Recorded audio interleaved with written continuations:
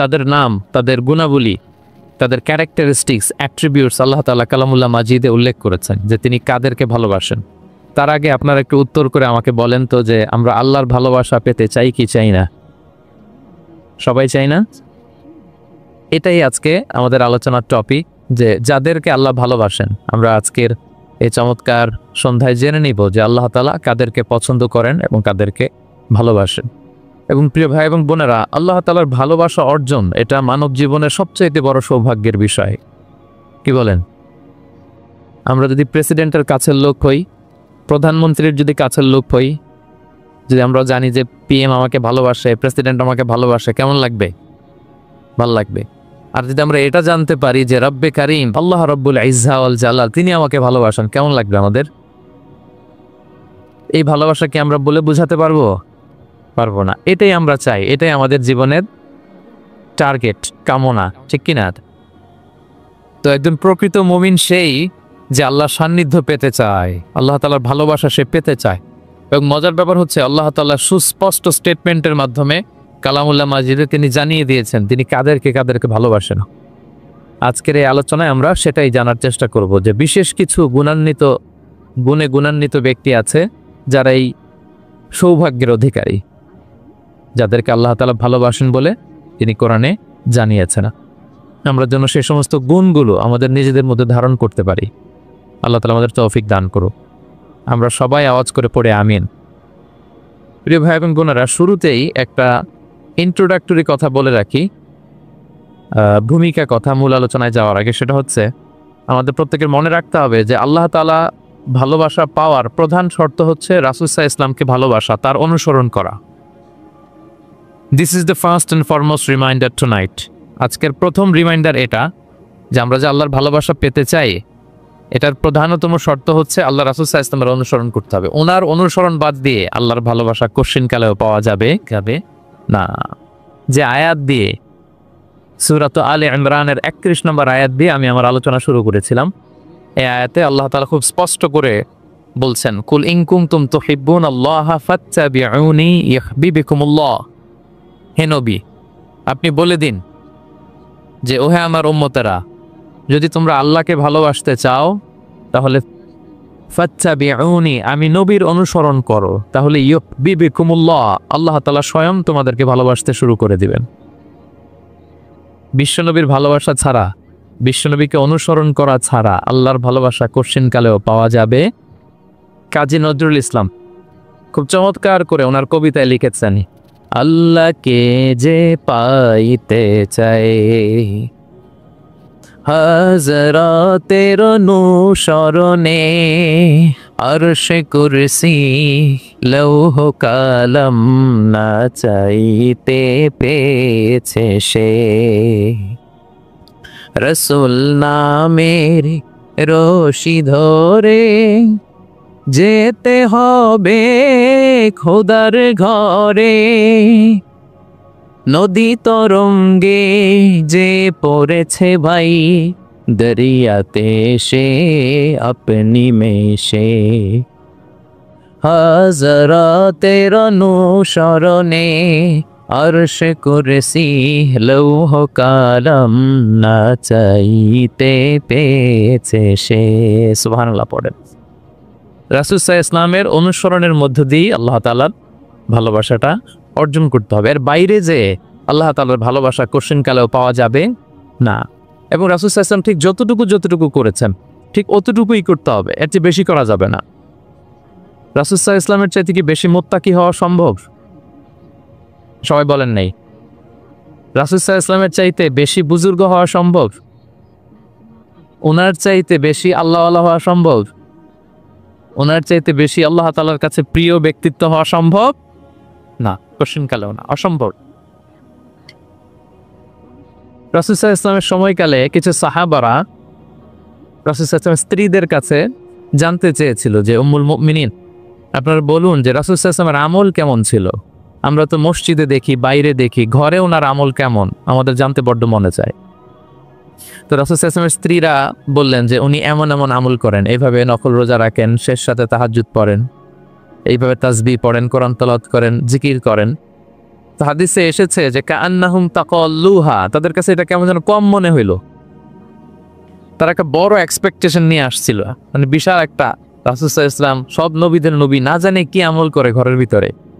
কিন্তু যখন রাসূল সাল্লাল্লাহু আলাইহি ওয়াসাল্লাম স্ত্রীদের কাছে শুনলো এই আমল তিনি করেন ঘরের ভিতরে, ওনারা হতাশ। হায় রে, ভাবছিলাম এত এত আমল করে, এই মাত্র এরকম আমল করে, এগুলো তো আমরাও করি। কাআন্নাহুম তাকাল্লুহা, হাদিসে এসছে ওনাদের কাছে এটা খুব কম মনে হইলো। তো তারা একে অপরকে বলতে লাগলো যে এর কারণ হচ্ছে কদ গুফিরা লাহু মা তাকাদ্দামা মিন যামবিহি ওয়া মা তাআখার। আল্লাহ তাআলা তো রাসূল সাল্লাল্লাহু আলাইহি ওয়াসাল্লামের আগের পরের সব গুনাহ মাফ করে দিয়েছে। ওনার তো আদতে কোনো গুনাহই নাই, কিন্তু আল্লাহ তাআলার ঘোষণা হচ্ছে নবী হে, আপনার আগের পরের সব গুনাহ মাফ করে দিলাম। তো সাহাবারা বলতেছেন এর কারণ হচ্ছে ওনার কোনো গুনাহই নাই, সব মাফ, এই জন্য ওনার কম করলে হয়, আমাদের তো কম করলে চলবে না। কথা বুঝতে পেরেছেন? তো ওনারা ভাবলো যে না, আমাদের তো আমল বাড়াইতে হবে। তো কি করতে হবে? একজন বলল আমি সারা রাত নামাজ করবো, আমি আর ঘুমাবো না। এখন থেকে সারা রাত কি করব? নামাজ করবো, আমি আর ঘুমাবো না। আরেকজন বলল তাহলে আমি সারা বছর রোজা রাখবো, রোজা ভাঙবো না, সারা বছর টানার রোজা, যেহেতু বেশি বেশি করতে হবে। আরেকজন বলল আমি স্ত্রীদের সাথে আর মেলামেশা করবো না, আমার স্ত্রীদের সাথে আমি আমার মতো বৈরাগ্য জীবনযাপন করব। তো এই কথা যখন রাসূল সাল্লাল্লাহু আলাইহি ওয়াসাল্লাম শুনলেন, রাসূল সাল্লাল্লাহু আলাইহি ওয়াসাল্লাম ওনাদেরকে ডেকে পাঠালেন, ডেকে বললেন আনতুমুল্লাযীনা কুলতুম কাযা ওয়া কাযা, তোমরা কি এমনটা এমনটা বলছো? তারা ভয়ে বলতেছে ইয়া রাসূলুল্লাহ, জি আমরা তো এরকম করে ফেলছি, বলে ফেলছি। তখন রাসূল সাল্লাল্লাহু আলাইহি ওয়াসাল্লাম বললেন ওয়াল্লাহি ইন্নী লা আখশাকুম লিল্লাহি ওয়া আতকাকুম লাহু, আল্লাহর শপথ করে বলছি আমি তোমাদের মধ্য থেকে আল্লাহকে সবচেয়ে বেশি ভয় পাই। আমি সবচেয়ে বড় মুত্তাকি, আমার চেয়ে বেশি কেউ আল্লাহকে ভয় পেতে পারে না।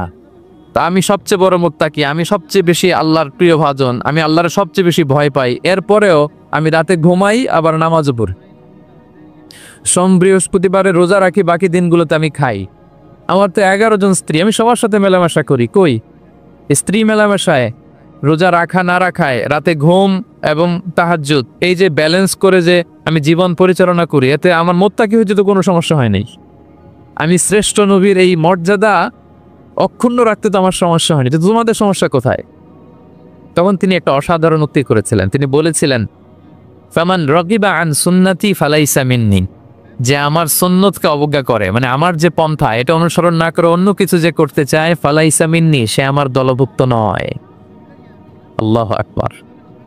কি ভারসাম্যবোধ, কি ব্যালেন্সড লাইফস্টাইল, কি পরিণতি বোধ তিনি আমাদের শিখিয়েছেন। তাহলে বোঝা গেল সারা রাত ইবাদত করলেই ওইটা শ্রেষ্ঠ ইবাদত হয় না। কারণ রাসূল সাল্লাল্লাহু আলাইহি ওয়াসাল্লাম ঘুমাতেন, আবার ইবাদত করতেন, স্ত্রীদের সাথে মিলতেন, সামাজিক কাজ করতেন, মাঝে মাঝে নফল রোজা রাখতেন, মাঝে মাঝে অনেকদিন রাখতেন না। This is balance, this is Islam. এবং এর চেয়ে শ্রেষ্ঠ ইসলাম আর হতে পারে না। তার মানে বোঝা গেল রাসূল সাল্লাল্লাহু আলাইহি ওয়াসাল্লামের চাইতে যদি এক কাঠি বেশি বোঝেন আপনি, এটা ইসলাম হবে?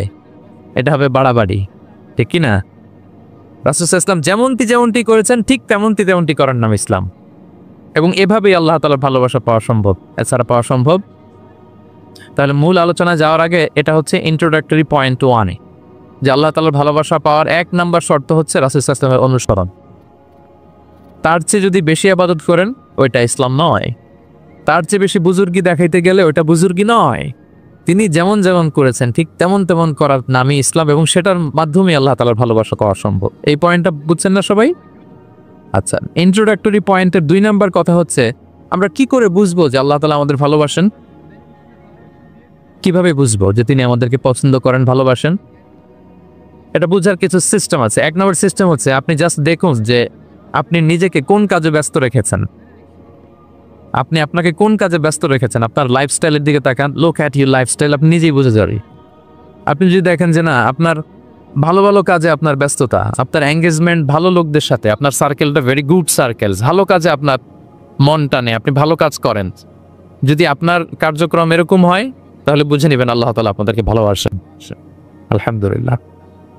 আর যদি দেখেন না, যত আকাম কুকাম আছে ওইটার সবার আগে আপনি, যেই কাজে আল্লাহর ক্রোধ আসে, আল্লাহ রাগ হয়ে যান, যেই কাজ ইসলামে করার নিষেধ, যেটাতে তার অসন্তুষ্টি, ওই কাজে আপনার এঙ্গেজমেন্ট, ইনভলভমেন্ট, আপনার সার্কেলগুলোও এরকম, তাহলে বুঝে নেবেন আল্লাহ ভালোবাসা, এই মহা সৌভাগ্য আপনার কপালে জোটে নাই। তাহলে এটা হচ্ছে একটা সিস্টেম। আল্লাহ আপনাকে ভালোবাসেন কিনা এভাবে বুঝবেন যে আপনি নিজেকে কোন কাজে ব্যস্ত রেখেছেন, একটু দেখুন, আপনি মিলাতে পারবেন। 2 নম্বর পদ্ধতি হচ্ছে এটা বোঝার যে তিনি আমাকে ভালোবাসেন কিনা, সেটা হচ্ছে পৃথিবীবাসী আপনাকে ভালোবাসে কিনা এটা একটু দেখেন। এই পৃথিবীর ভালো মানুষগুলোর কাছে আপনার একটা গ্রহণযোগ্যতা আছে কিনা এটা দেখেন। এটা দেখলে আপনি বুঝতে পারবেন। সহিহ মুসলিমের একটা ছোট্ট হাদিস শেয়ার করি। রাসূল সাল্লাল্লাহু আলাইহি ওয়াসাল্লাম বলেছেন যে ইন্নাল্লাহা ইযা আহাব্বা আবদান দাআ জিবরিল ফাকালা ইন্নী উহিব্বু ফুলানান ফাহিব্বা। আল্লাহ তাআলা যখন কোনো বান্দাকে ভালোবাসে তখন তিনি জিবরাইলকে ডেকে বলেন, হে জিবরাইল, আমি আমার এই বান্দাকে ভালোবাসি, তুমিও তারে ভালোবাসি। ফায়ুহিব্বুহু জিবরিল, জিবরাইল আলাইহিস সালাম তারে ভালোবাসতে শুরু করে। শুধু এখানেই না, সুম্মা ইউনাদি ফিস সামা, তারপরে তিনি আকাশে একটা অ্যানাউন্সমেন্ট করেন। ফায়াকুল, তিনি বলেন যে ইন্নাল্লাহা ইউহিব্বু ফুলানান ফাহিব্বু, ও আকাশবাসীরা, ও ফেরেশতারা, আল্লাহ তাআলা তার এই বান্দাকে ভালোবাসে, তোমরা সবাই তারে ভালোবাসো। তখন ফায়ুহিব্বুহু আহলুস সামা, গোটা আকাশবাসী তারে ভালোবাসতে শুরু করে, মানে ফেরেশতারা। তো আল্লাহ তাআলা এবং সকল ফেরেশতারা যখন তাকে ভালোবাসতে শুরু করে, রাসূল সাল্লাল্লাহু আলাইহি ওয়াসাল্লাম বললেন সুম্মা ইউদাউ লাহুল কবুলু ফিল আরদ, তখন পৃথিবীতে তার গ্রহণযোগ্যতা বাড়িয়ে দেওয়া হয়, তার অ্যাকসেপ্টেন্স বাড়িয়ে দেওয়া হয়। সবার কাছে তার একটা গ্রহণযোগ্যতা আছে, সবাই তাকে ভালোবাসে। এটা হচ্ছে একটা পদ্ধতি যে আল্লাহ তাআলা আপনাকে ভালোবাসে কিনা আপনি নিজেই বুঝবেন, যে পৃথিবীবাসী আপনাকে ভালোবাসে কিনা, আপনার কলিগরা আপনাকে ভালোবাসে কিনা, তার বন্ধুরা আপনাকে ভালোবাসে কিনা, আপনার নেইবররা আপনাকে ভালোবাসে কিনা, পৃথিবীর ভালো মানুষগুলোর কাছে আপনার গ্রহণযোগ্যতা আছে কিনা। যদি থাকে বুঝবেন আল্লাহ তাআলা আপনাকে ভালোবাসেন, ঠিক কিনা?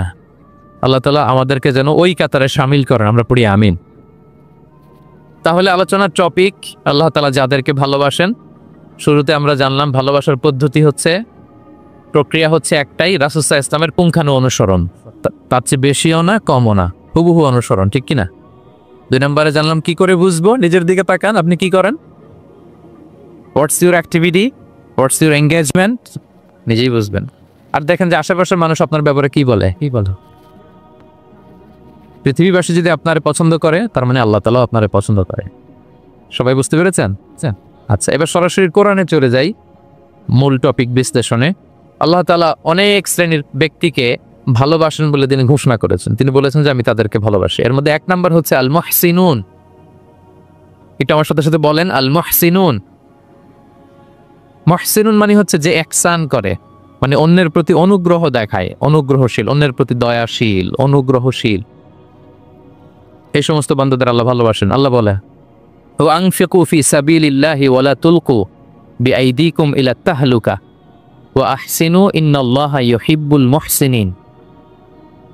তিনি বলেন যে তোমরা আল্লাহর রাস্তায় দান করো আর নিজেরা নিজেদেরকে ধ্বংসের মুখে ঠেলে দিও না, আর তোমরা ইহসান করো অন্যের প্রতি, কারণ ইন্নাল্লাহা ইউহিব্বুল মুহসিনিন, আল্লাহ তাআলা মুহসিনিনদের ভালোবাসে, মানে যারা অন্যের প্রতি অনুগ্রহ দেখায়, অন্যের প্রতি দয়া পরবশ, তাদেরকে আল্লাহ ভালোবাসেন। সুবহানাল্লাহি বিহামদি। তাহলে পেয়ে গেলাম, মিলায় নেন যে অন্যের প্রতি সফট কর্নার, অন্যের প্রতি দয়া, অনুকম্পা, হেল্পিং হ্যান্ড, হেল্প করার মানসিকতা, অন্যের দুঃখে কাদা, এই মাইন্ডসেট, এই মেন্টালিটি আমাদের আছে কিনা একটু মিলিয়ে নেন।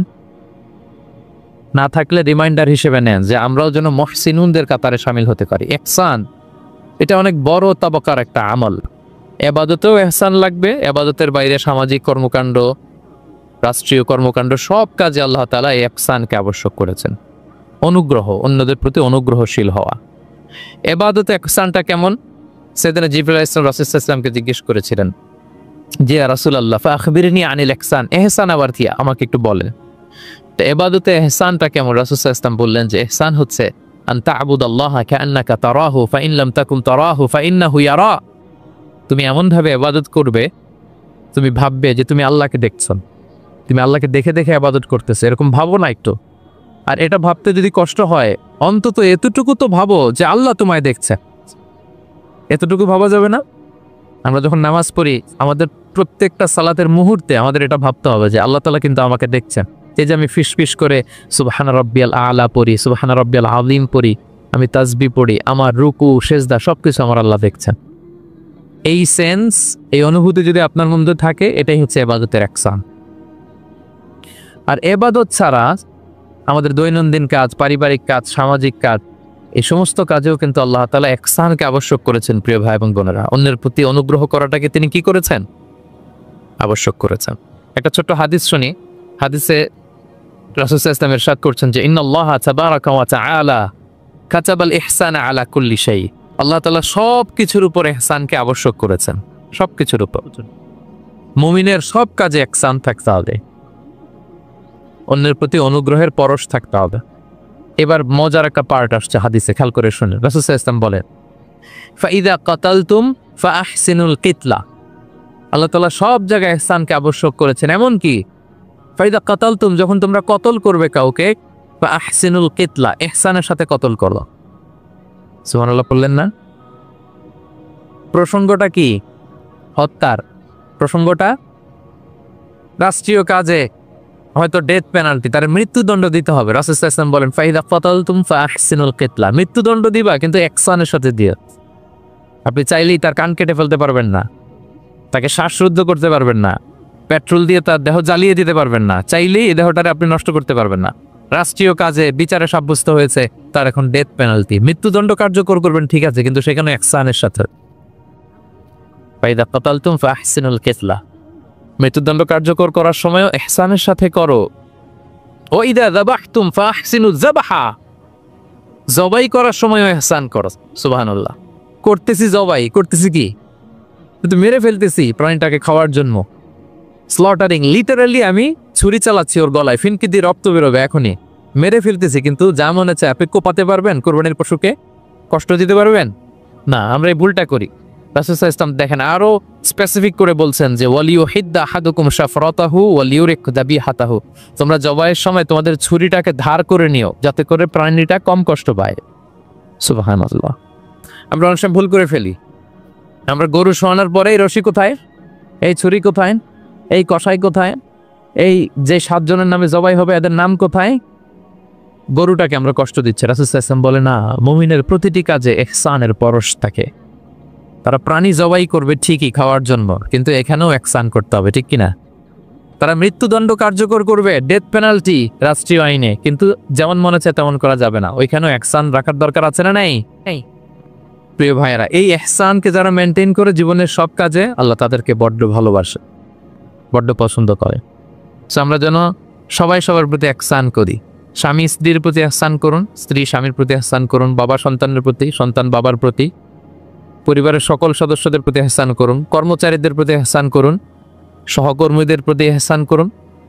মুমিন জীবনের প্রতিটি কাজে ইহসানের পরশ থাকবে, কারণ ইন্নাল্লাহা ইউহিব্বুল মুহসিনিন, আল্লাহ তাআলা মুহসিনদের, যারা অন্যদের প্রতি অনুগ্রহ দেখায় তাদেরকে বড্ড ভালোবাসেন। এই পয়েন্টটা কি বুঝতে পেরেছেন সবাই? ক্লিয়ার? 2 নম্বরে চলে যায়, আর কাদেরকে আল্লাহ ভালোবাসেন? 2 নম্বরে হচ্ছে আত-তাওয়াবুন, যারা ভুল করে তওবা করে সাথে সাথে আল্লাহ তাদেরকে বড্ড ভালোবাসে। সুবহানাল্লাহ। আল্লাহ তাআলা বলছেন ইন্নাল্লাহা ইউহিব্বুত তাওয়াবিন ওয়া ইউহিব্বুল মুতাতাহহিরিন, আল্লাহ তওবাকারীদেরকে যেমনি ভালোবাসেন পবিত্রতা অর্জনকারীদেরও ভালোবাসেন। ওটা আমি পরে আসতেছি, এখন তওবাতেই থাকি। তাহলে 2 নম্বরে হচ্ছে ইন্নাল্লাহা ইউহিব্বুত তাওয়াবিন, 2 নম্বরে হচ্ছে কাদেরকে ভালোবাসেন? তওবাকারীদেরকে তিনি বড্ড ভালোবাসেন। দেখেন রাসূল সাল্লাল্লাহু আলাইহি ওয়াসাল্লাম কি বলে, তিনি বলেন ওয়াল্লাহি ইন্নী লা আস্তাগফিরুল্লাহ ওয়া আতুবু ইলাইহি ফিল ইয়াউমি আকসারা মিন 70 মাররা, আল্লাহ শপথ আমি বিশ্বনবী প্রতিদিন 70 বারেরও বেশি তওবা পড়ি। যার আগেও কোনো গুনাহ নাই, পরেও কোনো গুনাহ, উনি তওবা করে কয়বার? 70 বার। আমাদের তো কোনো গুনাহ টুনা নাই, তাই না? হ্যাঁ, আমাদেরও গুনাহ আছে নাকি? বস্তা ভরা। তো বিশ্বনবী যদি 70 বার তওবা করেন ডেইলি বেসিস, আমাদের করা দরকার কয়বার? যার যার কাছে ছেড়ে দিলাম, বলেন। 70,000 বার পড়া দরকার, ঠিক কিনা? প্রিয় ভাইরা, তওবা কি? তওবা মানে ফিরে আসা আল্লাহর কাছে। ভুল করেছি, অনুতপ্ত হয়ে আল্লাহর কাছে ফিরে আসবে, এটার নাম তওবা।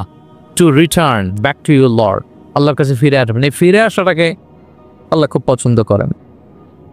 এখানেই শয়তান আর আমাদের মধ্যে পার্থক্য। শয়তান ভুল করে করছি তো করছে, এটার মধ্যেই সে অটল অবিচল, ক্ষমা আর চাইনি। কিন্তু আমরা সকালে ভুল করে দুপুরে মাফ চাই, দুপুরে করে রাতে মাফ চাই, আজকে ভুল করে কালকে মাফ চাই, ঠিক কিনা?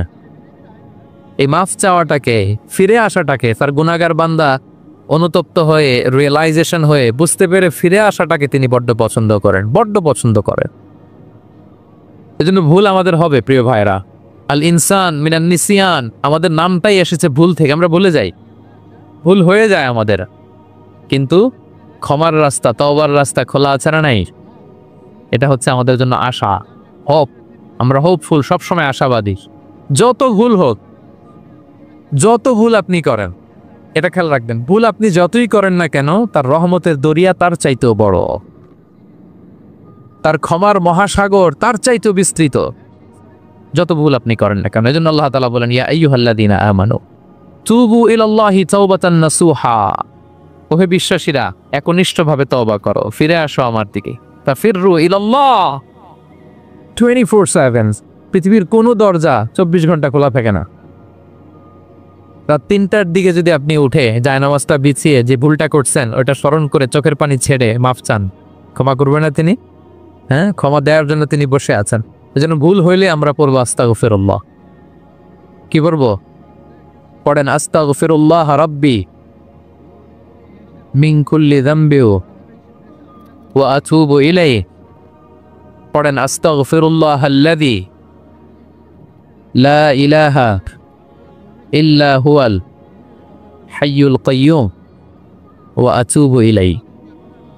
এটা পড়ে আল্লাহর কাছে ফিরে আসবেন, অনুতপ্ত হবেন, আল্লাহ ভুল করে ফেলেছে, আল্লাহ তুমি ক্ষমা করো, আল্লাহ তুমি ক্ষমা করো, আল্লাহ আমরা ভুল করে ফেলেছি। ভুল সবাই করে, কেনা করে?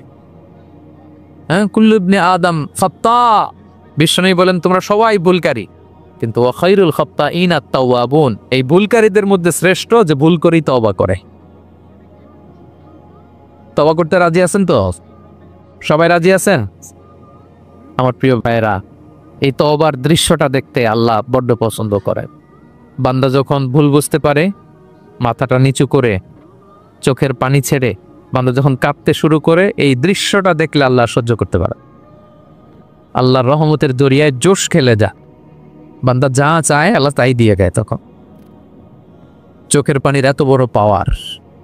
এজন্য আমরা ভুল করে যেন অটল না থাকি, আল্লাহর কাছে যেন ক্ষমা চাই, আমরা যেন ফিরে আসি তার দরবারে। তার দরবার সবসময় খোলা। এবং তিনি এই তওবার বা ফিরে আসার দৃশ্যটা দেখতে কত পছন্দ করেন শোনেন। রাসূল সাল্লাল্লাহু আলাইহি ওয়াসাল্লাম বলেন, ওয়াল্লাযী নাফসি বিয়াদি, তার শপথ যার হাতে আমার আত্মা, লাউলাম তুযনিবু, তোমরা যদি ভুল না করতে, লা যাহাবাল্লাহু বিকুম, আল্লাহ তোমাদেরকে ধ্বংস করে দিতেন। ওয়ালা জাআ বিকওমিন, আল্লাহ এমন এক জাতি তৈরি করতেন, ইউযনিবুন, ওরা খালি ভুল করতো, ফায়াস্তাগফিরুন, আর ক্ষমা চাইতো, ফায়াগফিরুল্লাহু লাহুম, আর আল্লাহ তাদের ক্ষমা করতেন। তোমরা যদি ভুল না করতে, এই বানি আদম, তোমরা যদি ভুল না করতে, তোমাদেরকে আল্লাহ তাআলা ধ্বংস করে এমন একটা গোষ্ঠী বানাইতেন যারা খালি ভুল করতো আর মাফ চাইতো, ভুল করতো আর মাফ চাইতো, আর আল্লাহ মাফ করে দিত। সুবহানাল্লাহ বললেন না? গাফিরিয যামবি ওয়া কাবিলিত তাওব, তিনি পাপ মোচন করার জন্যই তো তিনি আমার রব, তওবা কবুল করার জন্যই তো তিনি আল্লাহ সুবহানাহু ওয়া তাআলা, তিনি রব্বে কারীম। তার দয়ার কোনো শেষ নাই, তার মায়ার কোনো শেষ নাই। আমরা যখন তওবা করি, অনুতপ্ত হই, চোখের পানি ছেড়ে যখন কাঁদি, আল্লাহ যে কত খুশি হয় এটার একটা উপমা হাদিসে এসছে, সহিহ মুসলিমের হাদিস। রাসূল সাল্লাল্লাহু আলাইহি ওয়াসাল্লাম বলেন, লাল্লাহু আশাদ্দু ফারাহান বিতাওবাতি আবদিহি হিনা ইয়াতুবু ইলাইহি, কেউ যখন তওবা করে আল্লাহ কত খুশি হয় জানো? শোনো, ওই ব্যক্তির চাইতে আল্লাহ বেশি খুশি হয়ে যায় যে ব্যক্তি মরুভূমিতে সফরে বেরিয়েছে, সাথে তার বাহন বা উট, ওই উটের মধ্যেই তার পানি বা খাবার, হঠাৎ করে উটটা হারায় গেছে। শুনতেছেন? মরুভূমিতে উট নিয়ে বের হয়েছিল সফরে, উটের মধ্যে তার পানি, তার খাবার, তার বেঁচে থাকার সমস্ত মাধ্যম, কিন্তু হঠাৎ করে উট কি হয়ে গেছে? হারায় গেছে। উট খুঁজে আর পায় না, দৌড়াতে দৌড়াতে হয়রান। কত দৌড়াবে? ধুধু মরু প্রান্তর, কয়েক ঘন্টা দৌড়ালেই তো সে তৃষ্ণার্ত হয়ে মারা যাক। দৌড়াতে দৌড়াতে হাঁপাতে হাঁপাতে শেষ, জীবনের আশাও শেষ। যে উট যেহেতু পাই নাই, আজকে সারাদিন দৌড়ালে তো তৃষ্ণা আমি মারাই যাব রাতে। তো জীবনের আশা ভরসা শেষ করে হাঁটতে হাঁটতে হাঁপাতে হাঁপাতে হঠাৎ একটা গাছের সন্ধান পেল। ওই গাছের নিচে যে এত ক্লান্ত, তৃষ্ণার্ত, হাঁপাতে হাঁপাতে ঘুমাই গেছে, হতাশ, আমার বাঁচার আর কোনো মাধ্যম নাই, আমার উট হারাই গেছে, ওইখানে পানি, ওইখানেই খাওয়া। ক্লান্ত শ্রান্ত হয়ে তৃষ্ণার চোটে ঘুম চলে আসছে। হঠাৎ ঘুম থেকে জেগে উঠে উটটা পাশেই দাঁড়ায় আছে। যে ওটের উপরে তার পানি এবং খাবার ছিল, পুরা মরুভূমিতে দৌড়াইতে দৌড়াইতে আবার সন্ধ্যাবেলায় এসে মালিকের সামনে দাঁড়ায় আছে। সে ঘুম থেকে উঠে তাড়াতাড়ি করে রশি ধরে ফেলছে উটের, পুরোটা হাদিসের অনুবাদ শোনাচ্ছি।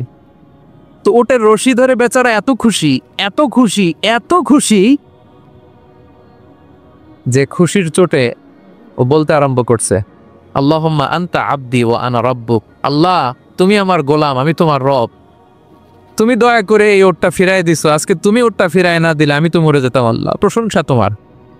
খুশির চোটে। কিসের চোটে?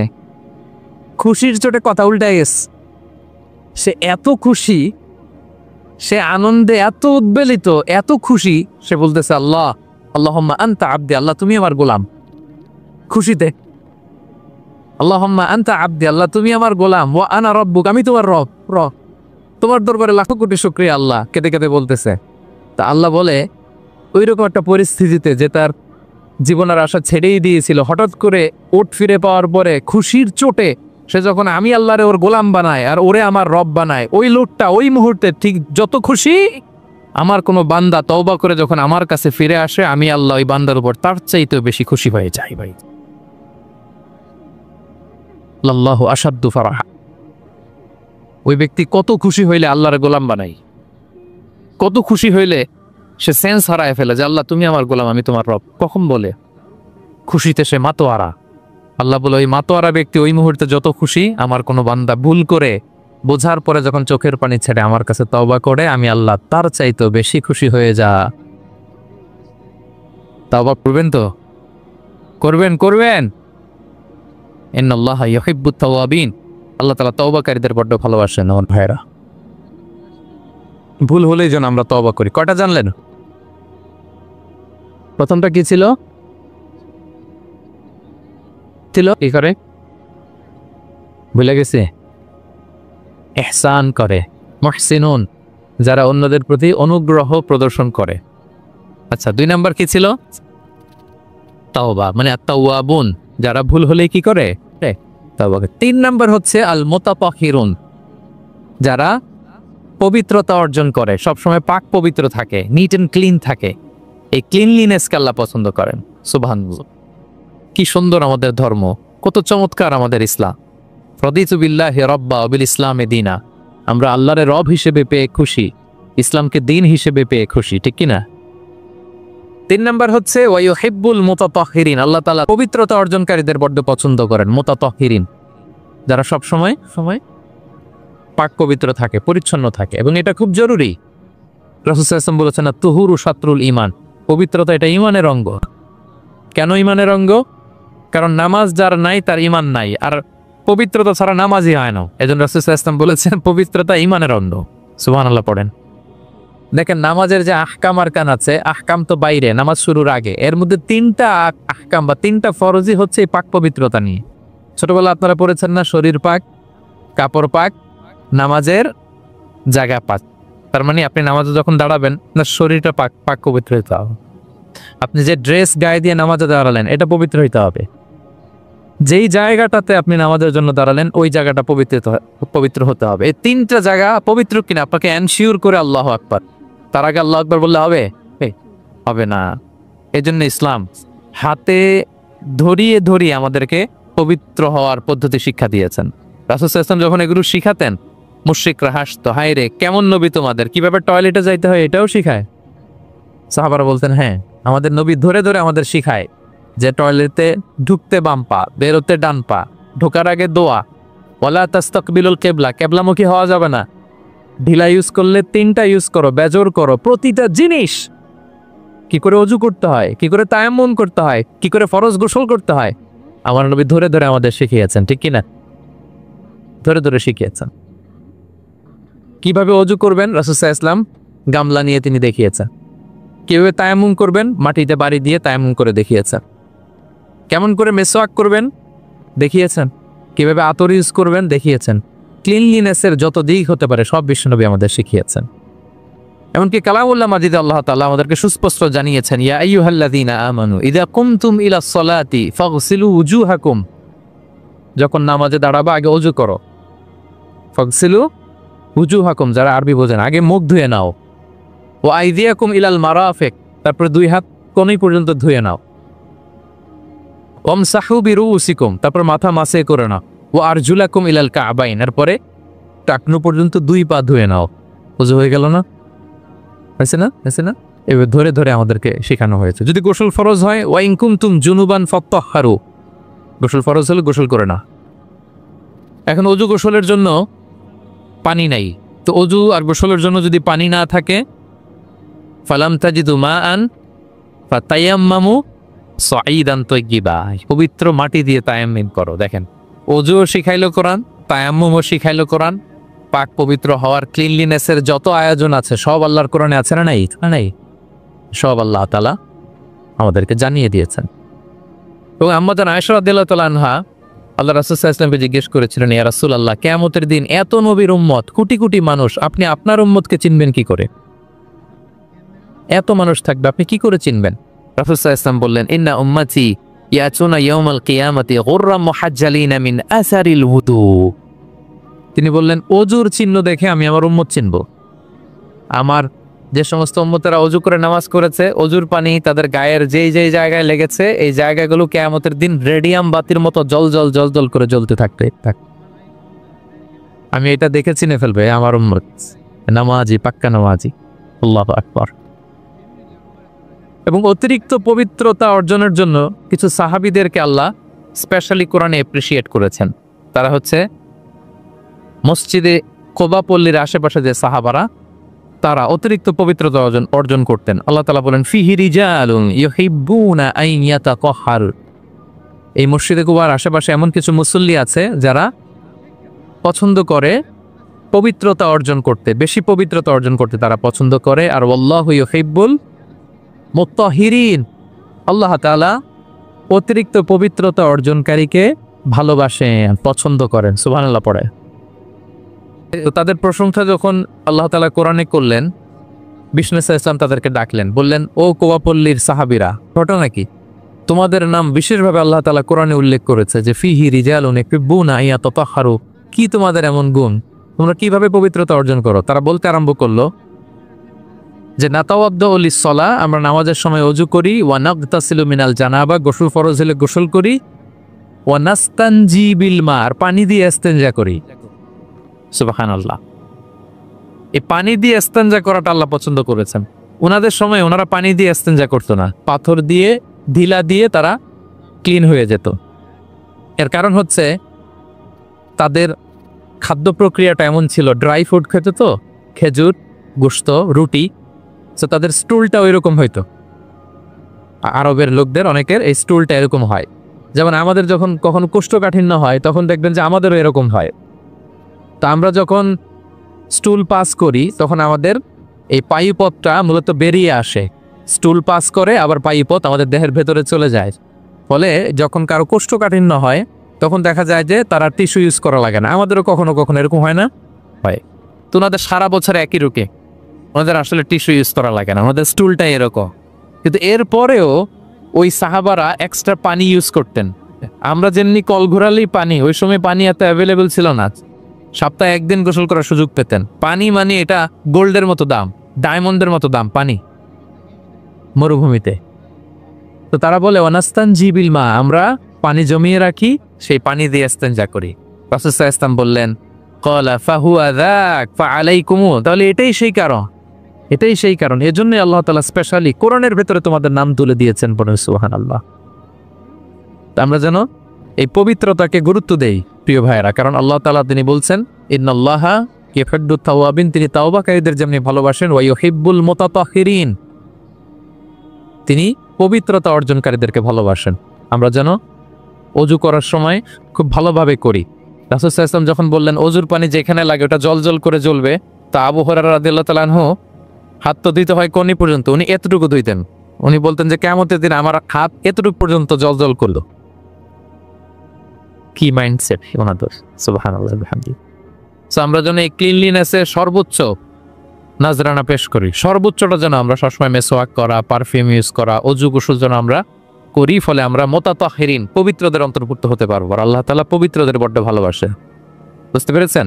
তাহলে 1 নম্বরে মুহসিনুন, যারা ইহসান করে, 2 নম্বরে যারা তাওবা করে, 3 নম্বরে যারা পবিত্র থাকে, 4 নম্বরে আল মুত্তাকুন, যারা আল্লাহ তাআলাকে ভয় পায়। আল্লাহ তাআলা বলছেন বালা মান আওফা বিআহদিহি ওয়াত্তাকা ফাইন্নাল্লাহা ইউহিব্বুল মুত্তাকিন। হ্যাঁ, যারা ওয়াদা রাখে, আল্লাহকে ভয় করে, আল্লাহ তাআলা এই মুত্তাকিদের বড্ড ভালোবাসে। মুত্তাকি অর্থাৎ আল্লাহ সচেতনতা, আল্লাহ ভীরুতা যাদের ভেতরে আছে। যে কোনো পরিস্থিতিতে তারা ভাবে যে আল্লাহ তাআলা আমাকে দেখছেন, এই সেন্স, এই অনুভূতি যার মধ্যে আছে সে মুত্তাকি। তা আমরা মানুষের সামনে যেভাবে যেরকম সৎ থাকি, আমরা যদি মানুষের চক্ষুর আড়ালেও সৎ থাকি তাহলে আমরা মুত্তাকি। বুঝতে পেরেছেন? মুত্তাকির তাকওয়ার অনেক সংজ্ঞা আছে, অনেক সংজ্ঞা। সবচেয়ে সহজ সংজ্ঞা হচ্ছে মানুষের সামনে আমরা যতটা ভালো, আমার প্রাইভেট লাইফেও যদি আমি ততটা ভালো হই তাহলে আমি মুত্তাকি। একটু যোগ বিয়োগ দিয়ে নেন নিজের সাথে নিজে, যে আমি পাবলিকলি যতটা ভালো প্রাইভেটলি ততটা ভালো কিনা। যদি হই তো আমি মুত্তাকি। ওমরে ফারুক রাদিয়াল্লাহু তাআলা আনহু একবার উবাই ইবনে কাবকে বললেন, ইয়া উবাই মা হুয়া তাকওয়া? আল্লাহ কোরআনে এত তাকওয়ার কথা বলেছেন, তাকওয়াটা কি? উনি প্রশ্নের উত্তর না দিয়ে উনিও প্রশ্ন করলেন। উনি বললেন, হাল সালাকতা তরিকান দাশাউ ইয়া আমিরাল মুমিনিন, আপনি কি কখনো মরুভূমিতে কাঁটাযুক্ত রাস্তা দিয়ে হেঁটেছেন? উনি বললেন, হেঁটেছি। তো কিভাবে হেঁটেছেন? দেখেন কেমনে উত্তর দেয় এক সাহাবী আর এক সাহাবীকে।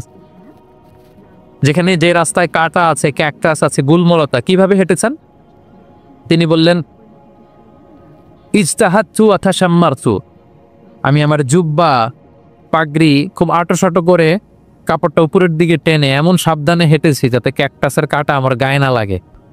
এই পথটা পাড়ি দিতে খুব সাবধানে, খুব প্রিকশন নিয়ে, এক্সট্রা কশন নিয়ে আমি পার হয়েছি। উবাই ইবনে কাব বললেন, হাযা হুয়া তাকওয়া, এটাই তো তাকওয়া। এই তো বুঝে গেছেন আপনি। আপনারা একটু আগে প্রশ্ন করছেন তাকওয়া কি, এটাই তাকওয়া। বলে তাই নাকি? তিনি বললেন হ্যাঁ। তো তিনি বললেন, দুনিয়ার চলতি পথে ডানে বা এরকম অনেক পাপের হাতছানি আপনাকে স্পর্শ করতে চাইবে। ওই যে কাঁটাযুক্ত রাস্তা দিয়ে আপনি যেভাবে সাবধানে, কাঁটা যাতে গায়ে না লাগে, খুবই প্রিকশন নিয়ে হেঁটেছেন, এই দুনিয়ার পুরো জার্নিটা যদি এইভাবে চালাতে পারেন তাইলেই আপনি মুত্তাকি। সুবহানাল্লাহ বিহামদি। আল্লাহ তাআলা বলেন, যাদের মধ্যে এই তাকওয়ার সেন্স আছে আমি তাদেরকে ভালোবাসি।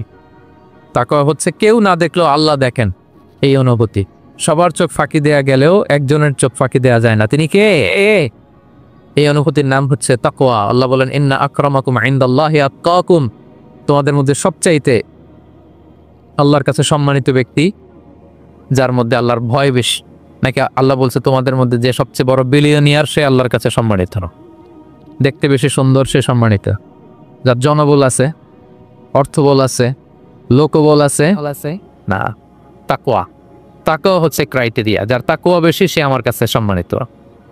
আল্লাহ তাআলা বলেন, ওমান ইয়াত্তাকিল্লাহা ইয়াজআল লাহু মাখরাজা ওয়া ইয়ারযুকহু মিন হাইসু লা ইয়াহতাসিব, যে আল্লাহকে সবসময় ভয় পাবে, যে মুত্তাকি, সে কোথাও জীবনে আটকাবে না, কোথাও আটকাবে না। জীবনে কোনো বিপদ আসলে একটা ওয়ে আউট, একটা এক্সিট। মালয়েশিয়াতে তো বলে কেলুয়ার। মালয়েশিয়া কি বলে? এ জীবনে কোথাও আটকাবেন না, আটকাইলেই একটা কেলুয়ার পেয়ে যাবেন। কেলুয়ারের ব্যবস্থা করে দিবে কে? ব্যবস্থা করে দিবে। আর এমন জায়গা থেকে তিনি রিজিকের বন্দোবস্ত করবেন আপনি কল্পনাও করেন নাই। সুবহানাল্লাহ বিহামদি। তাহলে 4 নম্বরে মুত্তাকুন, যারা আল্লাহকে ভয় করে আল্লাহ তাদেরকে ভালোবাসেন।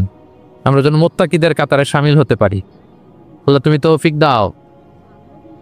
প্রিয় ভাইরা আমার, 5 নম্বরে হচ্ছে আল মুতাওয়াক্কিলুন, যারা আল্লাহর উপর তাওয়াক্কুল করে। আল্লাহ বলে, ফাইদা আযামতা ফাতাওয়াক্কাল আলাল্লাহ ইন্নাল্লাহা ইউহিব্বুল মুতাওয়াক্কিলিন।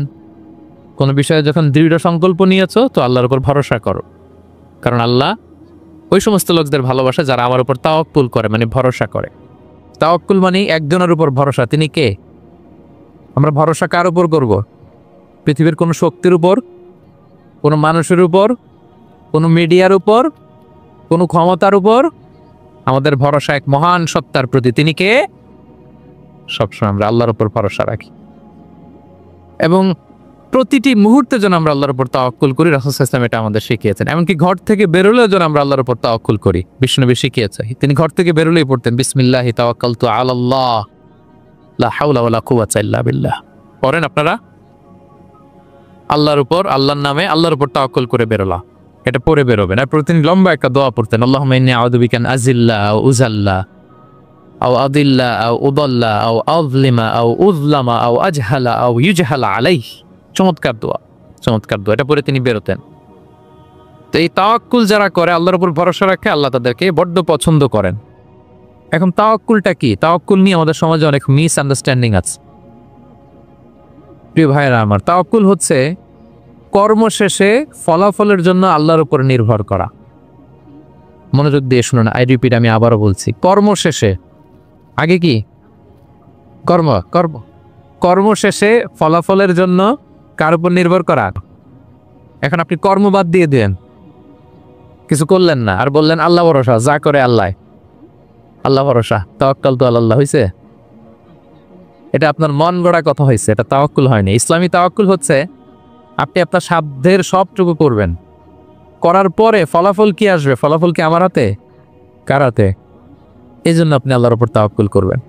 কিন্তু কাজ বাদ দেয়া যাবে না। অনেকে নিজেদের অপারগতা, দুর্বলতা, কর্মহীনতা আর অলসতাকে তাওয়াক্কুল বানায় ফেলছে। কাজ করতে মনে চায় না, অলসতা, তাওয়াক্কুল করলাম। বলেন তো এটা তাওয়াক্কুল হয়েছে? না। এই অপারগতা, অলসতার নাম তাওয়াক্কুল নয়। তাওয়াক্কুল মানে হচ্ছে কোনো কাজের পরিকল্পনা করা, এরপরে পরিকল্পনা বাস্তবায়নের উপায় খুঁজে বের করা এবং নানা কিছুর সহযোগিতা নিয়ে সেটা বাস্তবায়নের প্রাণান্তকর চেষ্টা করা, সব করা, আপনার রোল প্লে করা। আপনার রোল প্লে করা শেষ, এরপর কর্ম শেষে ফলাফলের জন্য আল্লাহর উপর তাওয়াক্কুল করবে। তো কিচ্ছু না করে হাত গুটিয়ে বসে থেকে যদি বলেন তাওয়াক্কুল করলাম, আল্লাহ ভরসা, হয়েছে হয়েছে হয়েছে তাওয়াক্কুল হয়েছে? হয় নাই। তো এখানে ব্যালেন্স অ্যাটিটিউডে আসতে হবে। আমি সব করতে পারবো, এটাও যেমনি ভুল, আল্লাহই সব করে দিবেন, এটাও ভুল। The position of Islam is somewhere in between this two extreme lines. এই দুইটার মাঝখানে ইসলামের পজিশন। পাখিকে তাওয়াক্কুলের মডেল হিসেবে আল্লাহ উপস্থাপন করেছেন। পাখিকে বিশ্বনবী বলেন, তোমরা যদি পাখির মতো তাওয়াক্কুল করো, পাখিরে যেমনি আল্লাহ খাওয়ায় তোমাদেরকেও খাওয়াবে। পাখি কেমনি তাওয়াক্কুল করে? বিশ্বনবী বলেন, তাগদু ফিমাসান ওয়া তারুহু বিতানান। পাখিগুলো প্রতিদিন সকালবেলা কিচির মিচির রবে তার বাসা থেকে বের হয়ে জঙ্গলে ছড়িয়ে পড়ে, সারাদিন খুঁজতে খুঁজতে, ঘুরতে ঘুরতে, উঠতে উঠতে আল্লাহ তাআলা বিকেলবেলা আবার প্রতিটি পাখির ওদর পূর্তি করে তার ঘরে ফিরিয়ে নিয়ে আস। ঠিক কিনা? তো পাখি কি ঘরের ভিতরে বসে থেকে তাওয়াক্কুল করছে? সকালবেলা আগে কি করছে? বের হয়ে গেছে। তো আগে আপনার রোলটা আপনার প্লে করতে হবে, তারপরে আপনি আল্লাহর উপর তাওয়াক্কুল করবেন। অনেকে নিজেদের অপারগতা, অলসতাকে তাওয়াক্কুল বানিয়েছে। না, অপারগতা, অলসতা, কর্মহীনতা, এগুলো থেকে রাসূল সাল্লাল্লাহু আলাইহি ওয়াসাল্লাম আল্লাহর কাছে পানাহ চেয়েছে। এগুলোর সাথে ইসলামের কোনো সম্পর্ক নাই। তার মানে হাত গুটিয়ে বসে থেকে আল্লাহ ভরসা বলবেন, কি করবেন? হ্যাঁ, সর্বোচ্চ চেষ্টা চালিয়ে যেতে হবে। এরপরে ফলাফলের জন্য আমরা কার উপর ভরসা করব? কারণ ইন্নাল্লাহা ইউহিব্বুল মুতাওয়াক্কিলিন, আল্লাহ তাআলা তাওয়াক্কুলকারীদেরকেও ভালোবাসেন। আলহামদুলিল্লাহ পড়ে। তাহলে কয়টা গেল? কয়টা? আর তিনটা বলবো, আর তিনটা। 6 নম্বরে হচ্ছে as-সাবিরুন। সাবিরুন মানে কি? হ্যাঁ, ধৈর্যশীল। তো বুঝে ফেলছে। as-সাবিরুন সবর শব্দ থেকে এসেছে। as-সাবিরুন মানে ধৈর্যশীল। যারা আল্লাহর উপর ধৈর্য, বিপদে আপদে, আল্লাহর দেয়া বিপদে যারা ধৈর্য ধারণ করে, ওই ধৈর্যশীল ব্যক্তিদেরকে আল্লাহ তাআলা পছন্দ করেন। আল্লাহ তাআলা বলেন, ওয়া কাআইয়িম মিন নাবিয়্যিন ক্বাতালা মাআহু রিব্বিয়ুনা কাসীর ফামা ওয়াহানু লিমা আসাবাহুম ফি সাবিলিল্লাহ ওয়া মা দাউফু ওয়া মাস্তাকান আল্লাহু ইউহিব্বুস সাবিরিন। কত নবী আছে, তাদের সাথে অনেক আল্লাহওয়ালারা লড়াই করেছে, তারা বিপদে হতোদ্যম হয়নি, নতজানু হয়নি, তাদেরকে দমানো যায়নি, তারা ধৈর্য ধারণ করেছে। কারণ ইন্নাল্লাহা ইউহিব্বুস সাবিরিন, আল্লাহ তাআলা ধৈর্যশীলদের বড্ড ভালোবাসে। ধৈর্যশীল, ধৈর্য ধারণ করতে পারো। ধৈর্য ধারণ এটা সবার পক্ষে সম্ভব হয় না। ধৈর্য এটা এমন একটা গাছ, যে গাছের চারদিকে শুধু কাঁটা আর কাঁটা, কিন্তু ফলটা বড় মিষ্টি। আবার বলি, ধৈর্য এমন একটা গাছের নাম, যে গাছের সারা গায়ে কাঁটা, সারা গায়ে কি, কিন্তু ফল মিষ্টি। ওই মিষ্টি সুস্বাদু ফল আনতে গেলে কিছু কাঁটা সহ্য করতে হবে। আমরা যেন বিপদে ধৈর্য ধারণ করি। রাসূল সাল্লাল্লাহু আলাইহি ওয়াসাল্লামকে আল্লাহ তাআলা নিজে সান্ত্বনা দিয়েছেন আর বলেছেন, ওয়াসবির আলা মা ইয়াকুলুনা ওয়াহজুরহুম হাজরান জামিলা। নবী হে, আপনি হেরা গুহা থেকে এমন আলোর বাণী নিয়ে এসেছেন, এমন সংস্কারের কথা নিয়ে এসেছেন, এমন পাওয়ারফুল মেসেজ নিয়ে এসেছেন, এটা সমাজে দিলে সমাজ আপনাকে আলিঙ্গন করবে না, পাথর ছুড়বে, গালি দিবে, ট্যাগ লাগাবে, নানা তকমা দিবে, কিন্তু এগুলোতে পিছপা হওয়া চলবে না। নবী হে, ওয়াসবির আপনি ধৈর্য ধারণ করুন। আলা মা ইয়াকুলুন, ওরা যাই বলুক, আপনারা কখনো বলবে গণব, কখনো বলবে জাদুকর, কখনো বলবে পাগল, কখনো বলবে কবি, এখন আমাদেরকে বলে না, হ্যাঁ, কখনো বলে মৌলবাদী, কখনো বলে জঙ্গিবাদী, কখনো বলে রাজাকার, আছে না নাই? তাই যুগে যুগে এই ট্যাগিং সংস্কৃতি আছে। তারা ট্যাগ লাগায়, তারা নানা ধরনের মিথ্যা তকমা লাগায়। তো আল্লাহ তাআলা আশ্বস্ত করে বললেন, নবী আপনি ভয় পাবেন না, আপনি ধৈর্য ধারণ করুন। ওয়াসবির আলা মা ইয়াকুলুন, তারা যাই বলুক না কেন আপনি সবর ইখতিয়ার করুন, তাদেরকে আপনি ইগনোর করুন, একটু সয়ে যান। একটু সয়ে গেলে রয়ে যাবে, এটা দুনিয়ার নিয়ম। সয়ে গেলে রয়ে যাবে, রয়ে যেতে চাইলে সয়ে যেতে হবে প্রিয় ভাইয়েরা, কারণ আল্লাহ তাআলা ধৈর্যশীলদের বড্ড পছন্দ করেন। এবং রাসূল সাল্লাল্লাহু আলাইহি ওয়াসাল্লাম একটা চমৎকার হাদিস বলেছেন, তিনি বলেছেন আজাবান লিআমরিল মুমিন, মুমিনের ব্যাপারটা বড়ই ইন্টারেস্টিং, বড়ই চমৎকার, এটা মুমিন ছাড়া অন্য কারো হয় না। ব্যাপারটা কেমন? রাসূল বলেন ইন আসাবাতহু সাররাউ শাকারা, মুমিন যখন আনন্দে থাকে তখন মুমিন শুকরিয়া করে। শুকরিয়া করলে সওয়াব আছে না নাই? কারণ শুকরিয়া একটা ইবাদত। আর ওয়াইন আসাবাতহু দাররাউ, মুমিন যখন বিপদে পড়ে দুঃখে থাকে সাবারা, তখন সে ধৈর্য ধারণ করে। ধৈর্য ধারণ করলে সওয়াব আছে না নাই? তো সওয়াব ছাড়া আমাদের আর কিছু আছে? আমি জীবনে হয় সুখী নয় দুঃখী, কি বলেন? আমাদের জীবনের চলতি পথে হয় কখনো আমরা সুখী নয়, সুখের সময় কি করি? শুকর করি। শুকর করলে সওয়াব আছে না নাই? আর দুঃখের সময় কি করি? সবর করি। সবর করলে সওয়াব আছে না নাই? তাহলে হয় শুকর, নয় হয় সবর। এই দুইটা ইবাদত মুমিন জীবনে সর্বদা চলমান। কেমন একটা উইন উইন সিচুয়েশন, সুবহানাল্লাহ পড়বেন না? একটা উইন উইন সিচুয়েশন। এজন্য প্রিয় ভাইয়েরা, মাথা গরম করবেন না, কখনোই অস্থির হবেন না, আতঙ্কিত হবেন না, ধৈর্য ধারণ করো। কারণ ধৈর্য এমন একটা গাছ, চারি গায়ে কাটা, কিন্তু ফলটা বড় মিষ্টি। এজন্য আল্লাহ তাআলা বলেন ইন্নাল্লাহা ইউহিব্বুস সাবিরিন, আল্লাহ তাআলা ধৈর্যশীল বান্দাদেরকে পছন্দ করেন। কয়টা গেল? 6টা। 7 নম্বরে আল মুকসিতুন। মুকসিতুন মানে হচ্ছে ন্যায়পরায়ণ, যে ইনসাফের সাথে ফায়সালা করে, যে পার্শিয়ালিটি করে না, হ্যাঁ, 2 নম্বরই করে না। বিচার করতে যে যখন রায় দেয় ন্যায়সঙ্গতভাবে রায় দেয়, ঘুষ খেয়ে বায়াজ হয়ে কোনো রায় দেয় না, তাদেরকে আল্লাহ পছন্দ করে। কিন্তু আমাদের বিচার ব্যবস্থার দিকে তাকান, গোটা বিশ্বব্যাপী, আছে না নাই? ছোট্ট একটা বিচারেও দেখবেন যে ছোট্ট সালিশ বসছে, এর কাছ থেকে টাকা খেয়ে ওর পক্ষে রায় দিয়ে দেয়, এরকম আছে না নাই? না, আল্লাহ তাআলা তাদেরকে বড্ড অপছন্দ করেন। বরং যারা বায়াজ নয়, যারা পার্শিয়ালিটি করে না, যারা ইনসাফের সাথে ন্যায় ভিত্তিক ফায়সালা করে, আল্লাহ তাদেরকে পছন্দ করেন। আল্লাহ তাআলা বললেন ওয়া ইন হাকামতা ফাহকুম বাইনাহুম বিল কিসত, নবী যখন আপনি বিচার করবেন ন্যায় পরায়ণতার সাথে বিচার করুন, কারণ ইন্নাল্লাহা ইউহিব্বুল মুকসিতিন, আল্লাহ তাআলা ন্যায় পরায়ণদেরকে বড্ড ভালোবাসেন। ন্যায় পরায়ণ জীবনের প্রতিটি ক্ষেত্রে, পার্শিয়ালিটি আপনি করতে পারবেন না, আপনার মধ্যে কোনো বায়াসনেস থাকতে পারবে না। আল্লাহ বলেন কিয়ামতের দিন আমি যে মিজানের পাল্লা বসাবো, ওয়া নাদাউল মাওয়াজিনাল কিসতা লিয়াউমিল কিয়ামা, এই মিজানের পাল্লা, এর মধ্যে কোনো বায়াসনেস নাই। ফামান ইয়ামাল মিসকালা যাররাতিন খাইরান ইয়ারা, অনুপরিমাণ ভালো এটাও ওজন হবে, অনুপরিমাণ খারাপ এটাও ওজন হবে। ফালা তুযলামু নাফসুন শাইআ, সেদিন কারো প্রতি বিন্দু পরিমাণ জুলুম করা হবে না। ন্যায় বিচারের মানদণ্ড তিনি সেদিন কায়েম করবেন। আর দুনিয়াতে যারা ন্যায় বিচার করে, ন্যায় ভিত্তিক ফায়সালা করে, তাদেরকে আল্লাহ ভালোবাসেন। সুবহানাল্লাহ পড়েন। রাসূল সাল্লাল্লাহু আলাইহি ওয়াসাল্লাম কতটা ন্যায়পরায়ণ ছিলেন শোনেন। 8ম হিজরিতে তিনি যখন মক্কা বিজয় করলেন, মক্কার লোকেরা তার হাতে বায়াত হলো, তিনি অল্প কিছুদিন এখানে 20 দিনের মতো ছিলেন মক্কায়। তো ইন দ্য মিন টাইম মক্কার কুরাইশ গোত্রের একটা শাখা, এটার নাম হচ্ছে বনু মখজুমিয়া। বনু মখজুমিয়া গোত্রের একটা নারী চুরিতে ধরা পড়ল। তো চুরি করলে ইসলামের বিধান কি?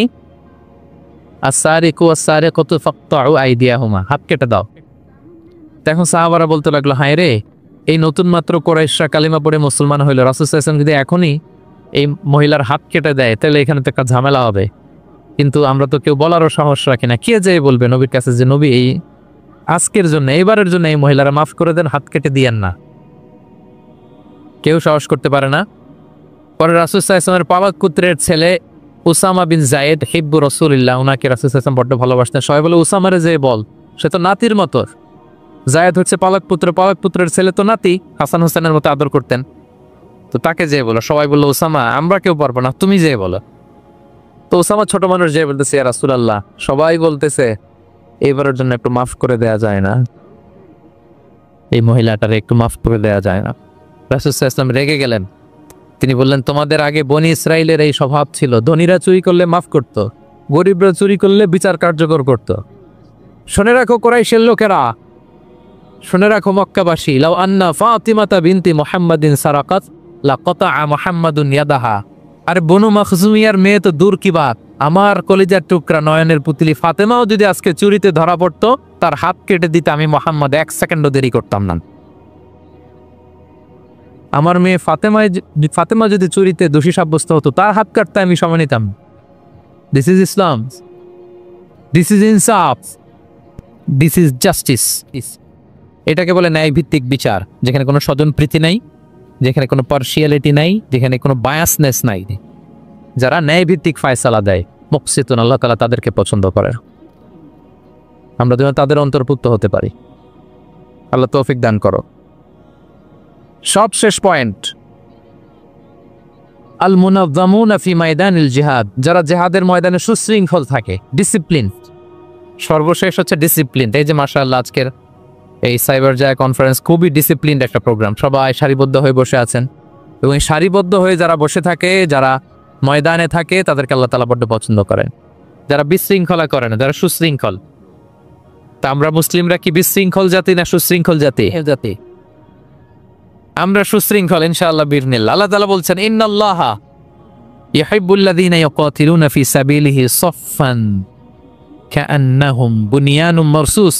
আল্লাহ ওই বান্দাদের ভালোবাসেন যারা জিহাদের ময়দানে সফফান, সফফান মানে সারিবদ্ধ, কাতারে কাতার, এবং এমন কাতার কাআন্নাহুম বুনিয়ানুম মারসুস, যেন এটা মজবুত একটা সীসা ঢালাই করা প্রাচীর।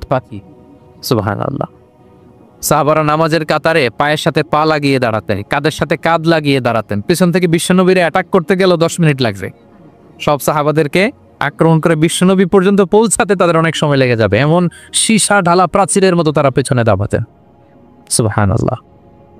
তো যারা জিহাদের ময়দানে সুশৃঙ্খলভাবে দাঁড়ায়, ডিসিপ্লিনড ম্যানারে, ওয়েল অ্যারেঞ্জড ম্যানারে, ওয়েল অর্ডার্ড ম্যানারে, আল্লাহ তাআলা তাদেরকে বড্ড পছন্দ করেন।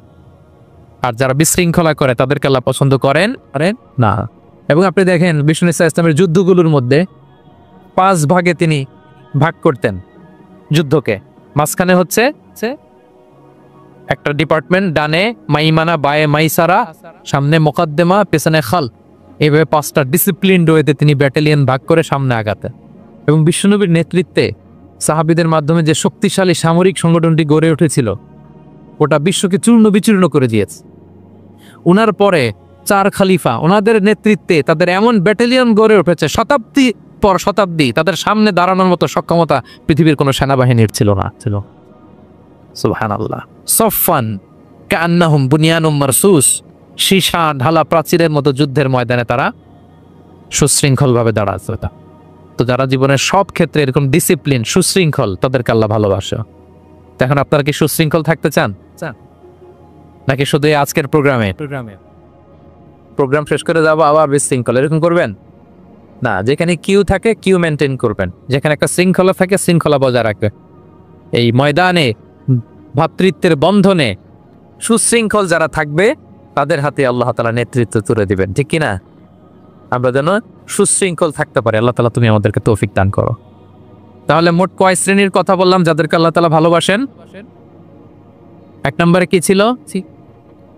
আল মুহসিনুন, যারা অন্যের প্রতি ইহসান করে, অনুগ্রহ করে। 2 নম্বরে আত-তাওয়াবুন, যারা তওবা করে। 3 নম্বরে আল মুতাতাহহিরুন, যারা সবসময় কি থাকে?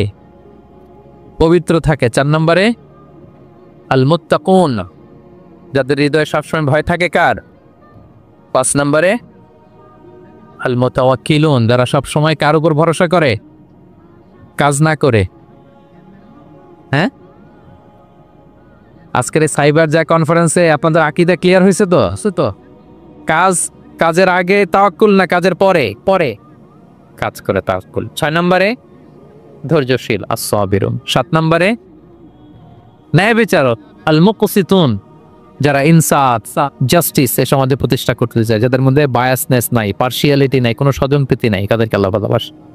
সবশেষে সুশৃঙ্খল সফফান কান্নাহুম বুনিয়ানুম মারসুস, সীসা ঢালা প্রাচীরের মতো তারা ময়দানে অবস্থান করে। ডিসিপ্লিন, যাদের জীবনে কোনো বিশৃঙ্খলা বলতে কোনো শব্দ তাদের ডিকশনারিতে নাই।